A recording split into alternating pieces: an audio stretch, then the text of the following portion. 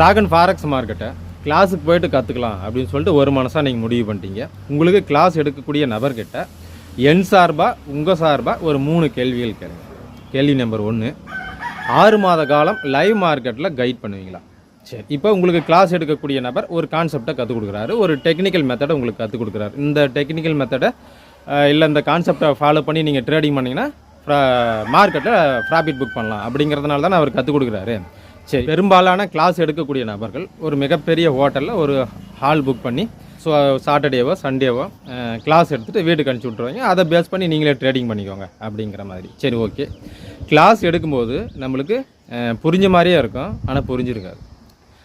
Live மார்க்கெட்டில் இப்போ அவர் சொல்லிக் கொடுத்த கான்செப்ட் ஒரு சக்ஸஸ்ஃபுல் கான்செப்டாகவே இருக்கட்டும், அதை பேஸ் பண்ணி ட்ரேடிங் பண்ணும்போது ப்ராஃபிட் வரதாகவே இருக்கட்டும், அதில் எந்த வித மாற்றமும் இல்லை, சந்தோஷம். ஆனால் லைவ் மார்க்கெட்டில் தான் 1008 இல்லை 10,008 சந்தேகங்கள் வரும்.